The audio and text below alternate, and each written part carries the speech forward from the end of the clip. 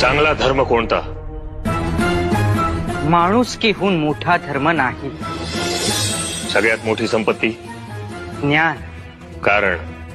कारण ज्ञान हे चोरीला साथ नाही, शिवाय ते दिल्याने वाढतं.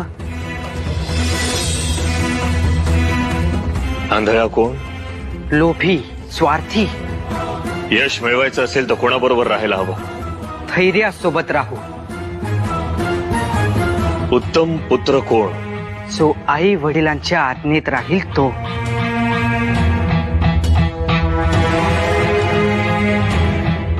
राजा कशामुळे शोभिवंत दिसतो? सेवाभावाने राजा शोभिवंत दिसतो.